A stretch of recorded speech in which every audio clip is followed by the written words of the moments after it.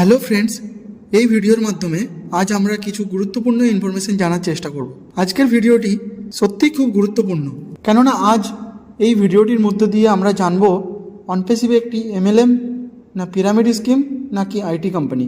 আজকাল যে বিষয় নিয়ে খুব চর্চা চলছে, যেটা নিয়ে আপনারা আমার কাছে জানার জন্য আশা করছেন যে অনপেসিভ একটি এমএলএম কোম্পানি না আইটি কোম্পানি, এবং কিছু অনপেসিভের লিডার আর ইউটিউবারদের নিয়ে কন্ট্রোভার্সির কথা সামনে আসছে এবং আরও অনেক নানান রকম কথা সামনে আসছে, যেটা নিয়ে আপনারা জানতে চান যে আমার রায় কী। অনপেসিভের যে কাজ করার পদ্ধতি আর অনপেসিভ যা বলে, অনপেসিভ একটি আইটি বেসড কোম্পানি যা মার্কেটে বিভিন্ন ইম্পর্ট্যান্ট প্রোডাক্ট, ইনোভেটিভ প্রোডাক্ট, মার্কেটের প্রবলেম সলিউশন করা প্রোডাক্ট, ভবিষ্যতে আমাদের ইন্টারনেট সম্বন্ধিত প্রয়োজনীয় সব ধরনের প্রোডাক্ট, মানে একটি আইটি কোম্পানিতে যা যা করা হয়, যে সমস্ত কাজ করা দরকার, অনপেসিভ তার উপর কাজ করছে। এটা নিশ্চিত যে কমিশন স্ট্রাকচার তৈরি করা হয়েছে, আর সেটা অ্যাফিলিয়েট কমিশন নিয়ে তৈরি করা হয়েছে। এই হিসেবে যদি দেখা যায় তাহলে অনপেসিভ একটি আইটি কোম্পানি হিসেবে কাজ করছে। কিন্তু এখন কিছু কিছু আর্গুমেন্ট সামনে আসছে, কিছু কিছু আলাদা রায় সামনে আসছে। কিছু কিছু মানুষ বলছেন যে অনপেসিভ একটি এমএলএম কোম্পানি, আর কিছু কিছু মানুষ বলছেন এটি এমএলএম নয়। এইসব ব্যাপারগুলো নিয়ে আমাদের ফাউন্ডিং মেম্বারদের খুব কনফিউজ দেখা যাচ্ছে। তাদের মনে এই প্রশ্নটা সবসময় আসছে যে আসলে এটা সত্যি কি, এমএলএম নাকি একটি আইটি কোম্পানি। দেখুন, এটা নিয়ে আমার রায় এই যে যখন এইসব বিষয়গুলো নিয়ে ডিসকাস চলছে যে অনপেসিভ একটি পিরামিড স্কিম নয়, অনপেসিভ একটি এমএলএম নয়, আর এটাই যখন অনপেসিভকে প্রুভ করতে হবে, তাহলে এটা নিয়ে আপনাদের আর্গুমেন্ট করার আর কোনো দরকার নেই। আমার মনে হয় না এটার আর দরকার আছে। এটা নিয়ে নিজের এনার্জি নষ্ট করার কোনো দরকার নেই, কেননা এমনটা নয় যে কোনো 10-15 বছর পর এটা থেকে রেজাল্ট আসবে। আপনারা খুব তাড়াতাড়ি এটা থেকে রেজাল্ট পাবেন। অনপেসিভ এটা নিয়ে খুব দৃঢ়তার সাথে কাজ করছে, আর প্রুফ করার জন্য যেখানে যাওয়ার দরকার এসিসির কাছে, সেখানে এর যা কন্ট্রোভার্সি বা সংঘর্ষ চলছে সেটা ঠিক অনপেসিভ ক্লিয়ার করে নেবে যে এটি একটি পিরামিড স্কিম কিনা এমএলএম, নাকি এটা এমএলএম নয়। আর যে সমস্ত ইউটিউবার আর লিডাররা আপনাকে বলছেন যে এটি একটি 100% পিরামিড স্কিম, আবার কিছু কিছু মানুষ বলছেন এটা নয়, এটা নিয়ে আমি বলতে চাই দুই পক্ষই নিজের রায় দিচ্ছেন, আর ওরা নিজেদের নলেজ অনুযায়ী ওরা যেভাবে স্টাডি করেছেন তা নিয়ে নিজেদের বিচার রাখছেন।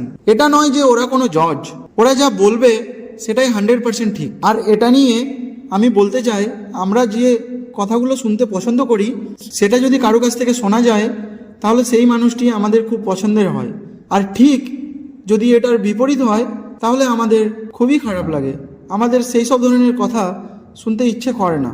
ঠিক একইভাবে আমাদের পছন্দ অনুযায়ী কথাগুলো খুব ভালো লাগে, আর তা যদি না হয় তাহলে আমরা সেই সব মানুষদের পছন্দ করি না। এটি একটি সাইকোলজিক্যাল ইফেক্ট। আমার তো মনে হয় কারো কথা শুনে বা বুঝে কোনো জিনিসে এগ্রি হবেন না। ফাইনাল জাজমেন্ট এসিসির তরফ থেকে পিডিএফ ফরম্যাটে আমাদের সবাইকে প্রোভাইড করা হবে এবং সেটাই আমরা সবাই মানব। দেখুন, এই বিষয় নিয়ে আপনারা যে ধরনের প্রশ্ন করছেন সেগুলি গ্রহণযোগ্য, এগুলিকে আমি অস্বীকার করতে পারবো না বা অস্বীকার করা যাবে না, কেননা আপনি যার সাথে যুক্ত আছেন, যার সাথে কাজ করছেন, সেটা নিয়ে অথেন্টিক ইনফরমেশন আপনার কাছে থাকাটা খুব দরকার। এছাড়াও কিছু লিডারদের নিয়ে প্রশ্ন উঠছে যে অনপেসিভের থেকে তাদের কিছু ভালো রকম টাকা দেওয়া হয়। এটা নিয়ে আমি আগেও বলেছি, এখনো বলছি, যদি কোনো লিডার এক্সট্রা এফর্ট লাগাচ্ছে তার তো একটা রিওয়ার্ড সে পাবেই। আমার মনে হয় না এটা নিয়ে বেশি ভাবা দরকার। হ্যাঁ, যারা অনপেসিভে নিজের সময় দিচ্ছেন, নিজের এফর্ট লাগাচ্ছেন, নিজের এনার্জি দিচ্ছেন, তারা সফল হবেন, এটা তো নিশ্চিত। এছাড়া আরেকটি বিষয় নিয়ে আমি 100% শিওর যে অনপেসিভের তরফ থেকে কোনো ইউটিউবারকে রাখা হয়নি বা আলাদাভাবে কোনো ইউটিউবারদের কোনো রকম পয়সা পেমেন্ট করা হয় না। হ্যাঁ, এখানে সমস্ত ইউটিউবাররা নিজের পরিশ্রমে অর্থ উপার্জন করছেন। তারা পরিশ্রম করে অথেন্টিক ইনফরমেশন কালেকশন করেন আর সময় সময় সবাইকে সেটা পৌঁছে দেন। আজ এই যে আমরা এইসব ইনফরমেশন পাচ্ছি, এই সমস্ত ইনফরমেশন আমাদের ইউটিউবারদের পরিশ্রমের ফল। তারা যেভাবে পরিশ্রম করে আর ইনফরমেশন কালেকশন করে, সেটার জন্য সেটা হলো তাদের বিজনেস, অর্থ উপার্জনের একটি প্রক্রিয়া।